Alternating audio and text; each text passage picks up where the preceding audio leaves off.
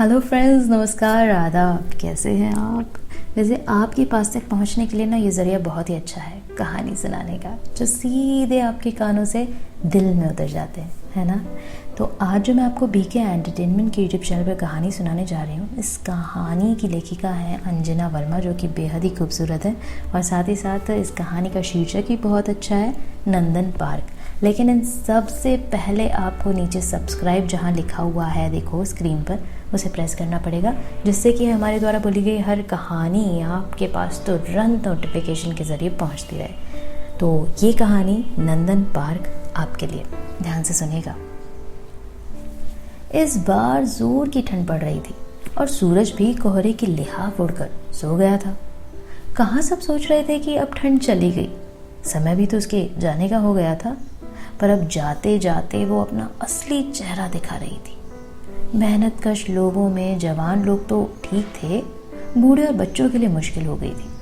कई बुजुर्ग पेड़ की पीली पत्तियों की तरह चुपचाप खिसक गए, तो कई बूढ़े लोगों ने खाट पकड़ ली। इसी ठंड में हल्की बारिश भी शुरू हो गई थी। लगातार 2 दिनों से फूही बरसती रही। एक दिन छूटी भी तो तापमान नहीं बढ़ा। शंकर की माँ भी ठंड के कारण बीमार पड़ गई और उसका खाना पीना सब छूट गया। वो जब खांसने लगती तो खांसते खांसते बेदम हो जाती। 24 घंटे खाट के पास बोरसी लेकर बैठी रहती, क्योंकि उसे लगता था कि ठंडा उसकी हड्डियों में समा रहा है। बोरसी न रहे तो उसकी जान ही निकल जाए। मोहल्ले वालों ने ठंड से निजात पाने के लिए सड़क के किनारे अलाव लगा दिया था। सवेरे शाम वो धू आती हुई जल उठती। लकड़ी न रहती तो टायर कूड़ा कुछ भी डाल दिया जाता, जो आता वहाँ बैठ जाता। शंकर पेंटर था और यही काम करते हुए अपने परिवार की गाड़ी खींच रहा था। खर्च की लगाम पकड़े रहता कि वो नियंत्रण से बाहर न हो जाए। हफ्ते भर से वो घर में बैठा हुआ था। मौसम सही रहता तो वो अपने काम पर होता, पर ऐसे मौसम में जब सूरज के दर्शन न हो, काम कौन करवाता। इसी ठंड में एक दिन वो पान गुटखा खरीदने के लिए दुकान तक गया था। दोनों हाथ अपने बगल में दबाए हुए, टोपी के ऊपर से मफलर बांधे हुए, ठंड में जैसे लड़ता हुआ। दुकान पर उसकी भेंट संजय से हो गई तो संजय ने चुटकी ली। क्यों शंकर, तू तो बोल रहा था ना कि जाड़ा चला गया, ये क्या है? उस दिन जब तू चाची के लिए स्वेटर खरीद रहा था तो मैंने कहा था ना कि अपने बच्चों के लिए भी स्वेटर ले ले। तू यही कहकर टाल गया कि ठंड तो अब जा रही है, देख कैसी ठंड गिर आई है। टीवी में बोल रहे थे कि तापमान 4 डिग्री तक पहुंच गया है, देख वो दुगने जोश के साथ लौट आई है। ये सुनकर शंकर झेपते हुए बोला, आई है तो रही थोड़ी ना, अब कल से ही जाड़ा खत्म होने लगेगा, देखना। उसके बोलने का अंदाज ऐसा था कि संजय मुस्कुराने लगा और उसके साथ साथ दुकानदार भी। गुटखे का आदि शंकर कुछ गुटखे के पैकेट लेकर चलता बना। पान गुटखे की दुकान से बाईं ओर जो सड़क जाती थी, उसमें कामगार लोग रहते थे। उसकी दाईं ओर की सड़क पर मध्यम वर्गीय लोगों के मकान थे। उसी कतार में कुछ अपार संपदा से भरे धनाढ्यों के घर भी थे। बीच में एक पार्क था, जिसे पार्क नहीं मैदान ही कहना चाहिए। वो जमीन पार्क के लिए तो थी, पर अभी तक इस तरह की कोई शुरुआत न होने से कठोर बनी पसरी हुई थी। उस पर उगी हुई धूप शीत की मार झेलती हुई पीली और सूखी दिखाई देने लगी थी। इस पार्क में चहलकदमी करने वालों की कमी नहीं थी। सवेरे सवेरे सैर या जॉगिंग करने वाले लोग इसका पूरा लाभ उठाते, इसकी खुली हुई हवा में जी भर के सांस लेते। कई लोग आकर शांति से बैठते तो कई योगाभ्यास व्यायाम वगैरह करते। इन सब से अलग कुछ ऐसे लोग भी थे जो इस हरी भरी जमीन पर कुछ नहीं करते, बल्कि अपनी मेहनत और अपना समय बचाने के लिए अपने कदमों से इसे तिरछा या सीधा नाप कर जल्दी जल्दी उस पार पहुंच जाते। ले देकर ये 2 मोहल्लों के बीच का इकलौता दुलारा मैदान था। इस मैदान से सटा मंत्री जी का आलीशान बंगला था, जिसके अहाते में उनकी कई गाड़ियां लगी रहती थी। द्वार पर सिक्योरिटी तैनात रहते और ऊंचे फाटक के बाहर सड़क के किनारे पैरवी कारों की रंग बिरंगी गाड़ियां मंत्री जी की शान में चार चांद लगाती रहती। आज कितने दिनों बाद चमकदार धूप निकली थी और एक वृहद पैरासोल की तरह आसमान में छा गई थी। इसके पसरते ही चारों ओर चहल पहल शुरू हो गई। कई दिनों से कमरे और घरों में दुबके हुए लोग बाहर निकल आए।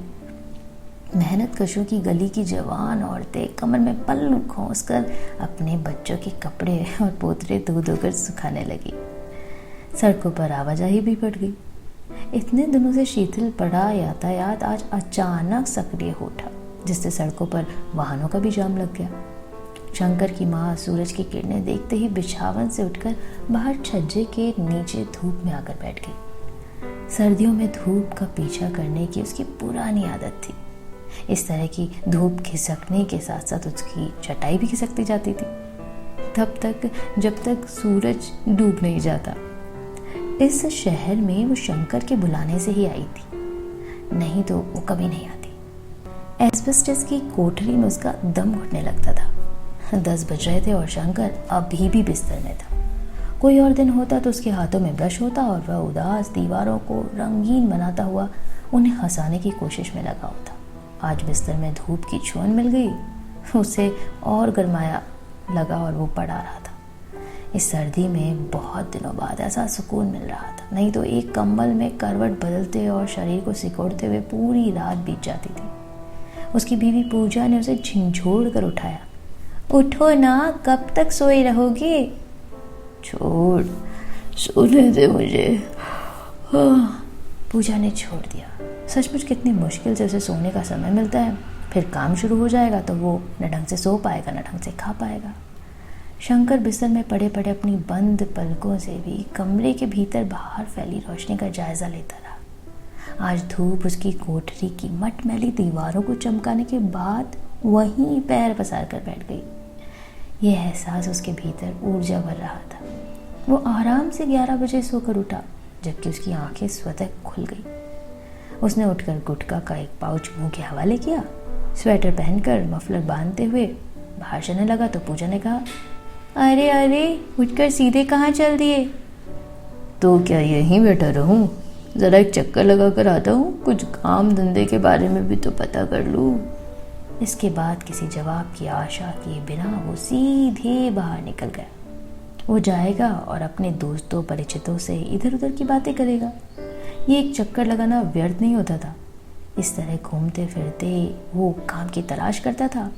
कोई संगी साथी बता देता कि फला जगह एक पेंटर की ज़रूरत है तो चला जाता। ये मोहल्ला ऐसा था कि लोगों के आधे काम तो सड़कों पर ही होते थे।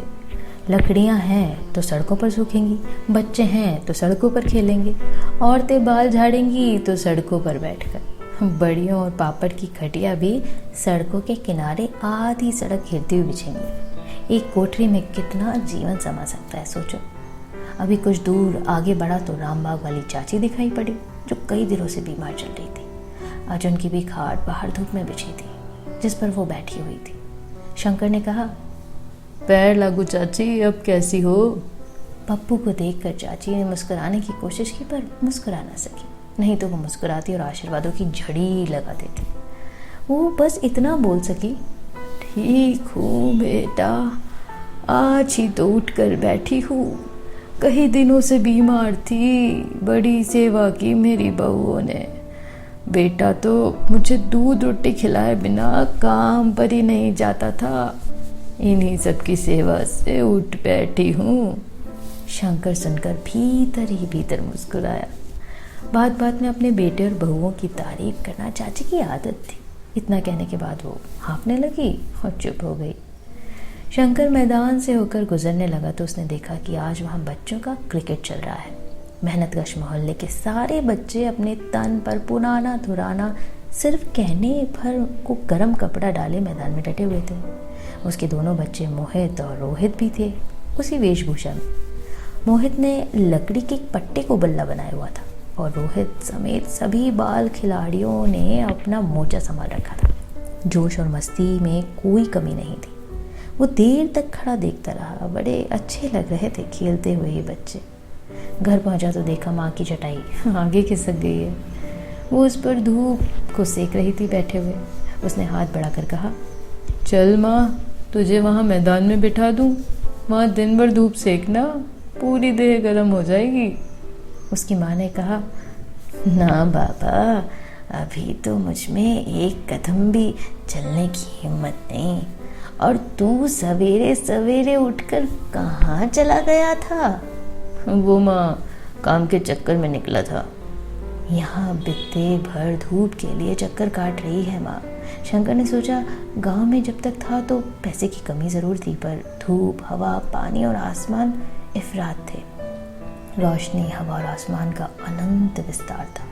तब तक नहीं समझता था कि ये चीज़ें सिमट भी सकती हैं, और अब वो देख रहा था कि इनका सिमटना कैसा होता है। जब भी गांव की याद सताती है तो वहाँ के पेड़ ज़रूर याद आते, वो लीची के बगीचे और उनमें धमा चौकड़ी। लीची की सबसे ऊंची टहनियों पर चढ़ने वाला वही हुआ करता था, और चंद खट्टी इमलियों के लिए इमली की भूता कहे जाने वाले पेड़ों पर भी वही चढ़ता था। एक बार तो उसने लीची की डालियों में छुपकर माँ को खूब रुलाया था। माँ ने स्कूल न जाने के लिए उसे पीटा भी बहुत था। बस वो भी गुस्सा कर लीची के पेड़ के ऊपर चढ़ गया और डालियों में छुपकर बैठ गया। उधर उसकी माँ ने उसे घर में, आस पड़ोस में, न जाने गांव में कहाँ कहाँ नहीं ढूंढा। गांव के एक एक बच्चे और सयाने से घर घर में झांक झांक कर, रास्ते पैरे में रोक रोक कर पूछते रहे। घंटों भटकने के बाद जब वो न मिला और कोई सकारात्मक उत्तर भी नहीं आया, तो उसी पेड़ के नीचे बैठकर सुबक सुबक कर रोने लगी थी और आंचल में अपने आंसू गिरा रही थी। तब शंकर से रहा नहीं गया। उसने ऊपर से एक लीची तोड़कर माँ के सामने गिराई। माँ ने चेहरा उठाकर ऊपर देखा तो वो हंस रहा था। इधर माँ हंसने के बजाय फिर बिगड़ गई और बोली, तूने कितना हैरान किया मुझे, तुझे समझ में आया कि मुझ पर क्या बीते कि शैतान कहीं का। फिर 2 पलों में ही गुस्सा गायब हो गया और वह कोमल आवाज में बोली, उतर नीचे, अब नहीं मारूंगी तुझे, आजा बेटा। वो उतरा तो माँ ने उसे कलेजे से लगा लिया। ऐसे कहीं उठते हैं, मेरी तो जान ही निकल गई थी, तू कहीं चला जाएगा तो मैं क्या करूंगी रे। और वो रोने लगी थी। वो अपने हाथों से माँ के आंसू पोंछने लगा। अच्छा चल अब खा ले, अभी तक भूखा है ना तू, माँ बोली। और तब माँ ने जो अपने हाथों से रोटी खिलाई तो वो आज तक नहीं भूला। उन प्यार भरे कौरों का स्वाद। ऐसे तो अक्सर माँ के हाथों से खाते हुए वो यही सोचता था कि कैसा भी खाना हो, माँ के हाथों से इतना स्वादिष्ट क्यों हो जाता है। एक दिन तो वो पूछ बैठा था, क्या माँ तुम्हारे हाथों में कोई रस है क्या जो निकलता रहता है? तुम्हारे हाथ से खाना इतना स्वादिष्ट क्यों हो जाता है? माँ ने हल्की सी चपत उसकी गाल पर लगाते हुए कहा, धत पगले, कैसी बातें करता है। और वो हंसने लगी थी। गांव में उसने जितना मौज किया वो यही सोचता रहा कि आज के ज़माने में वो उसके बच्चों को नसीब नहीं होगा। वे जान भी नहीं पाएंगे कि खुली हवा और खुली धरती में स्वच्छंद विचरने का आनंद क्या होता है। उसने अपने भीतर कितनी शुद्ध हवा और कितनी धूप भरी थी। नदी में नहा नहा कर उसकी अपनी त्वचा को कितना सींचा था जल से, धूल मिट्टी से भी। काम की तलाश में जब वह शहर आया था तो यही बात उसे सबसे अधिक अखरी थी। एक छोटे से एस्बेस्टस के कमरे में रहना और माँ के लिए एक और कमरा लेना, इसी में तो उसकी आय का अधिकांश निकल जाता था। ऊपर से हर मौसम में तबाही। वो सोचता गांव में प्रकृति जो दुख देती है तो उसका निदान भी साथ में उपस्थित कर देती है। गर्मी है तो हवा पानी है, जाड़ा है तो धूप और आग है। शहर की सुख सुविधाएं सिर्फ पैसे वालों के लिए है, गरीबों के लिए नहीं। पहले तो मन बिल्कुल उचाट सा हो जाता था, पर अब तो उसे इसी मांद में जीने की आदत हो गई थी। पर वो नहीं चाहता था कि ये अंधेरा मांद उसके बच्चों को मिले। वो तो पिता के निधन के कारण पूरा पढ़ भी नहीं पाया था, परंतु वो अपने बच्चों को पढ़ाने का संकल्प ले चुका था। पर कैसे होगा ये सब? उसने सोचा था कि मोहित और रोहित को अच्छे स्कूल में पढ़ाएगा, परंतु स्कूल की फीस ही सुनकर पीछे हट गया था। हज़ारों रुपए महीने के खर्च हो जाएंगे। उस पर से जितना बड़ा स्कूल उतना ज़्यादा डीप डाउन, एक बोरी किताबें, बढ़िया यूनिफॉर्म और तरह तरह के ताम झाम। ऊपर से समय समय पर अभिभावकों से पैसे निकलवाने के लिए फरमान जारी हो जाएगा। उसका दिल बैठ गया था। वो नहीं कर सकेगा। सरकारी स्कूल में पढ़ाए तो उल्टे कुछ पैसे तो मिल जाएंगे, साथ ही दिन का खाना भी मिलेगा, सो अलग। अतः उसे सरकारी स्कूल में अपने बच्चों का नामांकन करवाना ही पड़ा। ऐसे भी तो बच्चे पढ़ेंगे ही, चाहे जैसा भी पढ़ें। अब रोज़ ही मैदान में बच्चों की जमघट लगने लगी थी, पर सूरज की किरणों से सुनहरे बने मैदान में इन बच्चों का हंसना खेलना और चहचहाना वहाँ सैर करने वालों को ज़रा भी अच्छा नहीं लग रहा था। उन्हें लग रहा था कि मैदान की गरिमा कहीं भंग ना हो गई। रोज़ की तरह गंधा मॉर्निंग वॉक के लिए निकले थे। घूमने के दौरान उन्हें मलिक भी मिल गए। अपने भारी भरकम 6 फुट्टे शरीर से टावर की तरह हिलते हुए मलिक के पास पहुंचे और बोले, हेलो कहकर जाते हुए मलिक को रोका। हेलो मिस्टर मलिक, इधर इस मैदान को देख रहे हैं ना आप? हाँ, क्या हुआ? क्या हुआ? क्या आपको नहीं लगता कि ये मैदान अब कुछ डर्टी हो गया है? पहले कैसा था और अब कैसा हो गया है? हाँ राइट, ठीक कहते हैं आप। यही तो मैं भी सोच रहा था कि इसकी सूरत क्यों बदल गई है। कहकर माथे पर बल देते हुए मलिक ने चारों ओर नजर दौड़ाई। आजकल उस गली के लड़के दिन भर मैदान पर कब्जा जमाए रहते हैं, उसी की वजह से गंदगी हो रही है। अपना तो अब इधर आने का मन नहीं करता। ये यंग लोग ही अच्छे हैं जो सीधे जिम चले जाते हैं, गंधा ने कहा। इस पर मलिक बोले, अब हमारी उम्र तो जिम जाने की रही नहीं। कहकर मलिक हंस पड़े तो गंधा भी साथ में हंस पड़ा। अब मैदान में खेलने वाले बच्चों के चेहरे जहाँ खिले खिले दिखाई देने लगे, वहीं सैर सपाटे वालों के चेहरे चिड़चिड़े। गंधा घूमते घूमते अक्सर कह उठता, शिट, कोई जगह ही नहीं बची हमारे लिए। कहकर मुंह बना लेता। एक दिन घूमते उन्होंने शशिकांत जी को रोक लिया। मंत्री जी के यहाँ तो आपका आना जाना है ना शशिकांत जी? शशिकांत ने कहा। हाँ, पर क्यों पूछ रहे हैं? वो भी टहल रहे थे। तो ऐसा कीजिए, उनसे कहिए कि इन लड़कों का यहाँ खेलना बंद करवाएं, ताकि हम साफ सुथरी हवा में सांस ले सके। और भाई, ऐसे भी उनके आलीशान बंगले के पास ऐसा हो जो उनके अच्छा लगता है। शशिकांत सिंह न जाने क्या सोचते हुए कुछ पलों तक चुप रहे, फिर बोले, ठीक है, इस बार बात उनके कान में डाल दूंगा, फिर उनकी समझ में जैसा आएगा वो करेंगे। गंधा ने एकदम से घिघियार कर कहा, हाँ भाई, अपना इतना कह देना तो काम हो जाएगा। ये मैदान साफ हो जाएगा और हमारा माहौल भी बिगड़ने से बच जाएगा। आखिर हमारे भी बच्चे हैं। मंत्री जी को भी सुबह सुबह टहलने की आदत थी और वो भी उसी मैदान में टहलते थे अपने लाव लश्कर के साथ। कई लोग उनके आगे पीछे रहते। उसी समय बहुत सारी इधर उधर की बातें होती। वो भी इस बात को देख रहे थे कि उनके बंगले के पास ये फटेहाल बच्चे भाग दौड़ करते रहते हैं, पर ये तो साक्षात जनता थी। इसके विरुद्ध जाना उनके लिए संभव नहीं हो पा रहा था। सोच रहे थे कि कोई बहाना मिले तो कुछ करें। एक दिन वो टहल रहे थे, आगे आगे मंत्री जी, उनके अगल बगल 2 बंदूकधारी और साथ में उन्हीं के साथ कदम से कदम मिलाते हुए कई लोग। एक भीड़ ही चल रही थी। शशिकांत ने दूर से उनको हाथ जोड़ा, पूरी विनम्रता के साथ झुककर अभिवादन किया और उनकी मंडली में चलने लगा। वो किसी से कुछ कह रहे थे। जब चुप हुए तो शशिकांत ने कहा, सर जी, आजकल इस मैदान में दिन भर हल्ला गुल्ला होता रहता है और गंदगी बिखरी रहती है। हाँ, सो तो है।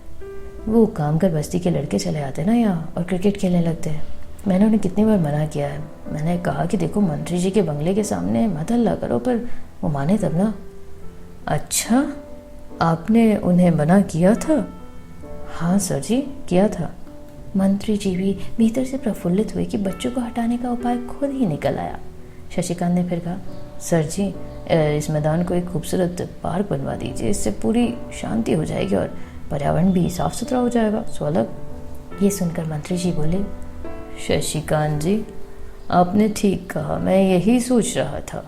मैं इस दिशा में कुछ ठोस कदम उठाता हूँ। पर्यावरण को शुद्ध रखना भी बहुत ज़रूरी है।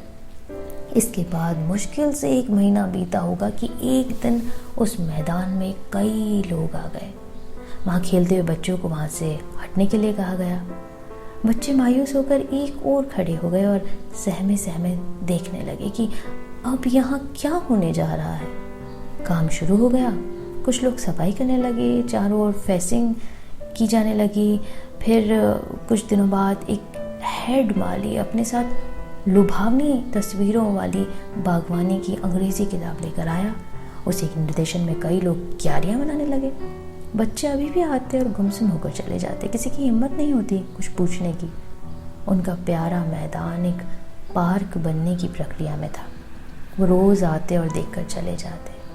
पुरानी घास हटाकर विदेशी घास रोपी गई, क्यारियाँ बन गई, तो उनमें फूलों के नन्हे नन्हे पौधे लगा दिए गए।